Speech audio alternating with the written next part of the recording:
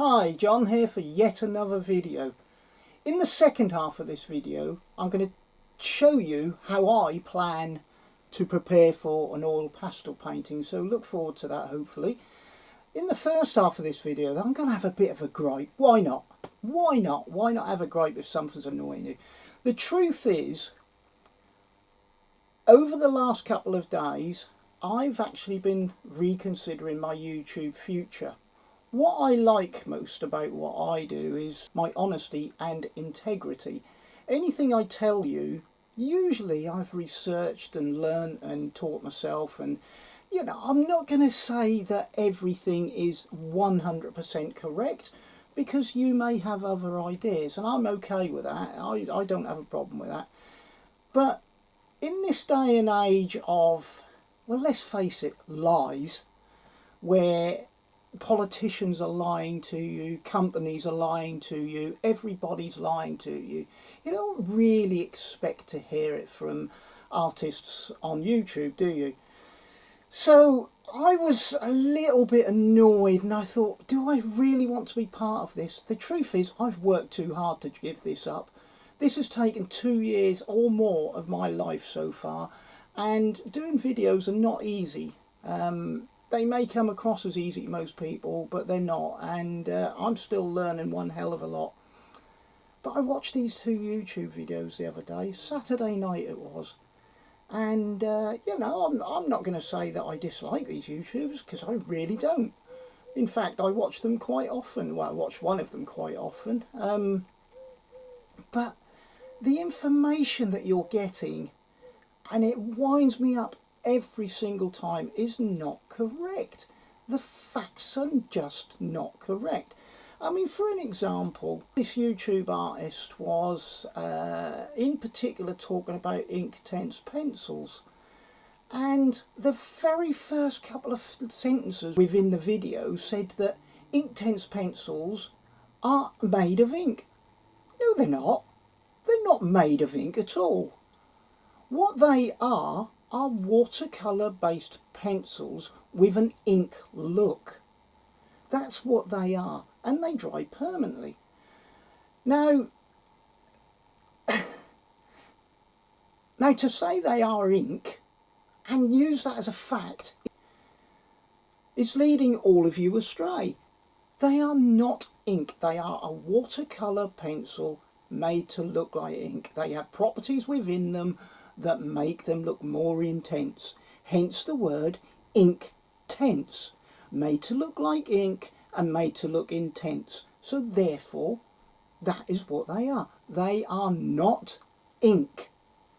So that wound me up a bit, because I thought to myself, this person has thousands of subscribers, many more than I have, and you know, quite deservedly in most of the case probably, but you're just being told untrue facts, and that kind of winds me up, because everybody that's watching that will now see that as a fact, and especially if they've seen it as a first timer, and they'll see that as a fact, and that's what they'll carry forward in their art life, and then they'll be frustrated, wondering why they won't get anywhere.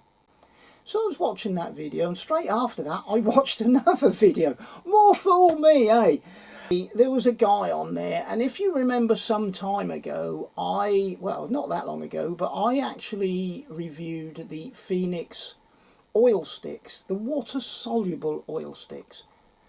Now, this guy, the facts that he represented throughout the entire video almost, was just a misrepresentation, and it kind of wound me up, because the integrity is not there.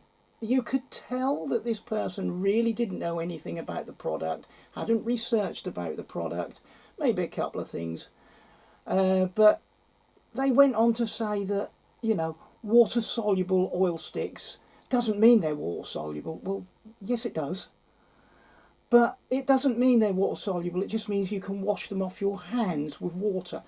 No, it doesn't, because if you look on the website, on the Phoenix website, and anywhere else, and even on my video, you will be told that they are water soluble and you can get watercolour effects.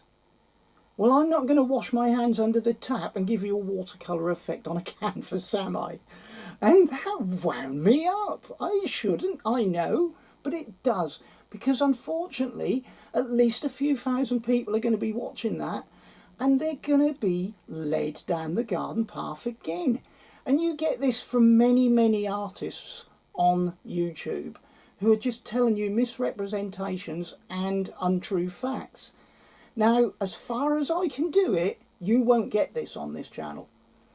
So, sorry about that gripe, but it did actually threaten my channel and threaten my future on YouTube, because I was so wound up by it, I wondered if I really wanted to be part of such a place where it didn't matter what I said, really. They'd just be seen as untrue if they'd seen these other videos first. But what you will get from me is honesty, integrity, and the truth wherever I can find it. Let's have some truth in this world, and let's not work on misrepresented facts. Anyway, that's my gripe over and done with. Sorry about that, but I had to say it, I had to get it off my chest. So in the second half of this video, I'm going to show you how to start your oil pastel painting. Now, there is a saying called fail to prepare, prepare to fail. Well, there's a lot of truth in that, and especially with oil pastels, there are things that you need to do with layers and underlayers that are all part of your preparation. So looking at your reference weeks before you even end up doing a picture, you can work out all these little bits that might need these extra precautions taken on them. Now I'm going to show you a couple of my pictures and explain to you some of the things I had to pre-plan before I even started the picture to get the details and the result that I did get. What I thought was it might be useful to show you some of the things that I've pre-planned for on doing this picture. The first thing we need to look at is, do we need an underground? Well, normally I don't have an underground, to be honest with you, or a ground layer. I usually have none, and the reason I had this was because I was going in for a competition and I was allowed to have it, and it was going to make my life easy, and I just happened to have that piece of paper left over. So look at that, see if you want a coloured piece of paper or maybe an underground. This was acrylic. I wouldn't normally do that, and in all honesty, moving forward, I don't think I'll ever be doing it again. And the reason for that is I just find that the oil pastels that I'm using at the moment are a little bit slippery on this. However, it may work with other oil pastels. Before you even start, you want to assess what is the surface you're working on and what will it allow you to do. So things like pastel mat, for an example, are not going to be the greatest for scratching out and things like that.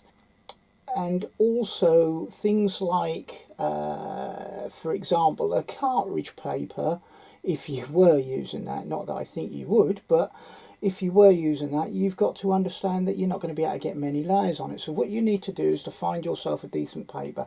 And as I've said in previous videos, my favourite paper for this is the Clairefontaine Eteval watercolour paper. It gives me everything I need. It's not too different to the Sennelier oil pastel pad, but in my opinion it's a little bit better because of the texture. So I'll look at that first. So the next thing I need to look at is, how am I going to draw these details in? So you can see that I've drawn all the underneath of the boat and the shades at the moment. I drew all this in, just very basic.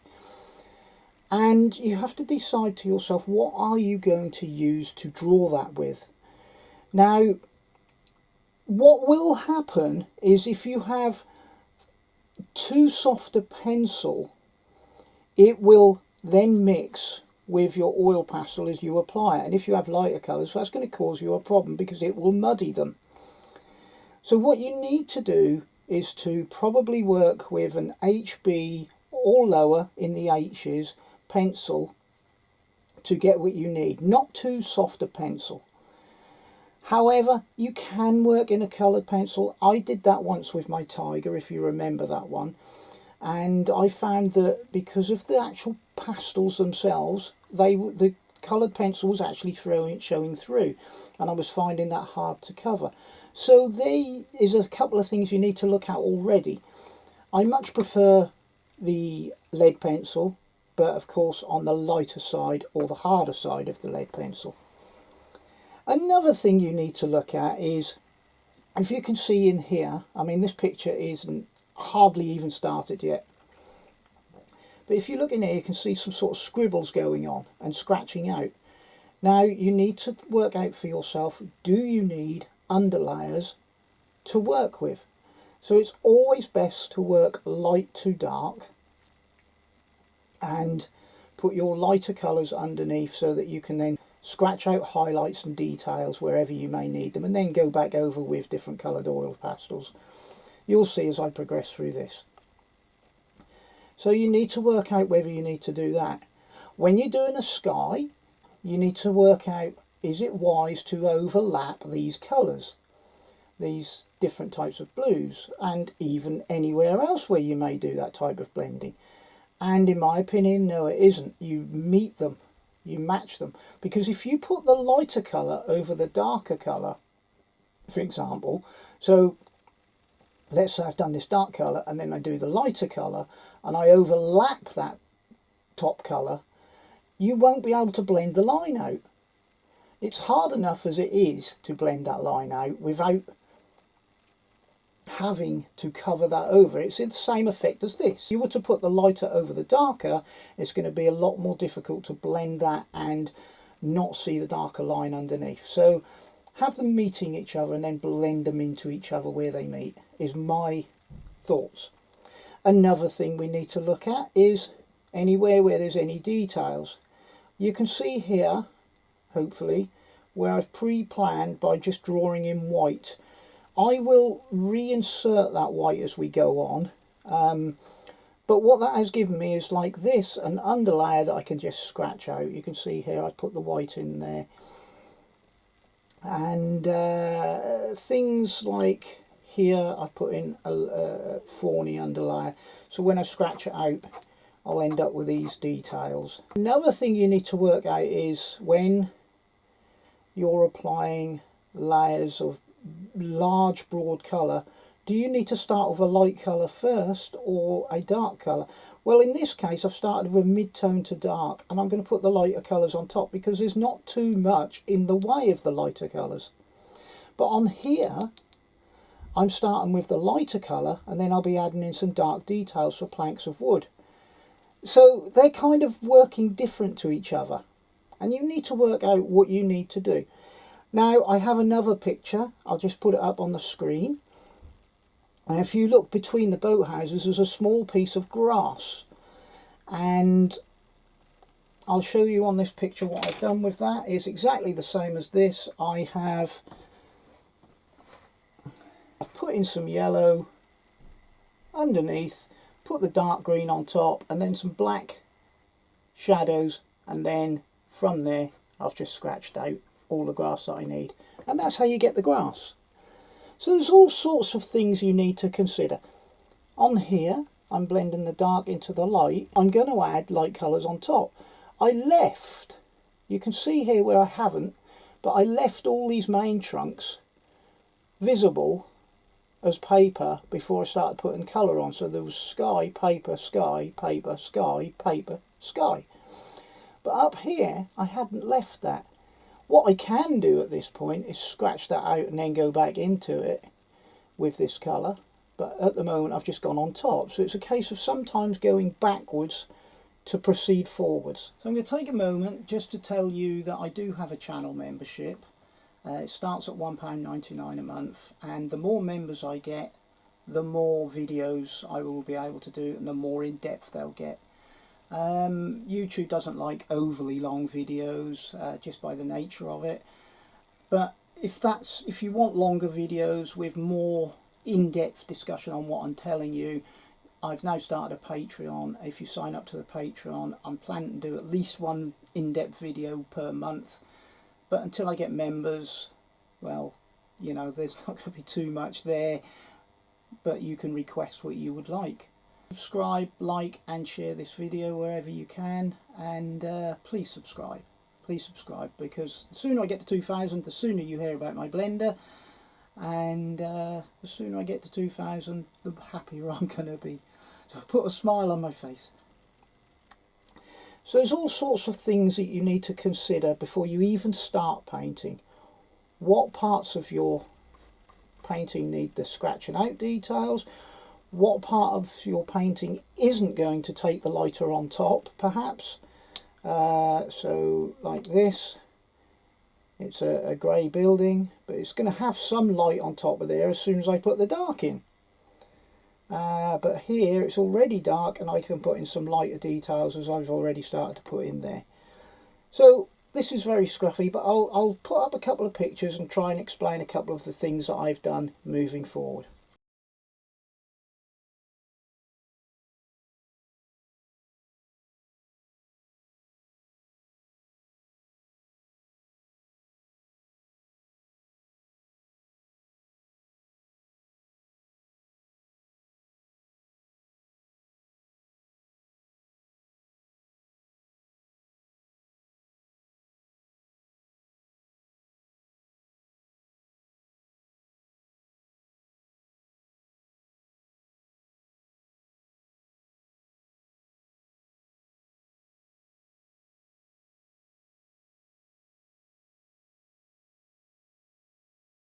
So that's just a very brief overview of some of the things that you may need to look at. I'd say one of the most important really is looking about how you're going to get your details in there if that's what you want, because it's hard to apply oil pastel on top of oil pastel. It'll work so much and then it will stop, especially putting the lighter colours on top of the darker colours. There are other ways, but I'm progressing through and eventually I will get to them. In the same way that I've now reached 1,833 subscribers as we speak, and I did promise you that when I get to 2,000 I'll show you one of my favourite blenders, and I still am going to keep to that promise. I haven't even mentioned it yet, so I hope that that's going to be something worth looking forward to.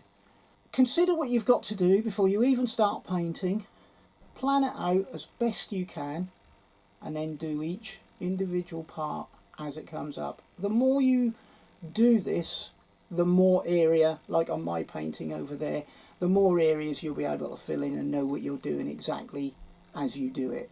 So I can fill in lots of area with like underpainting and what have you, and then I can go on top. But I think until you get to that point, it's best to do smaller parts of your picture, concentrate on them, get them to almost finished, and then perhaps pursue other parts and then finish them off altogether.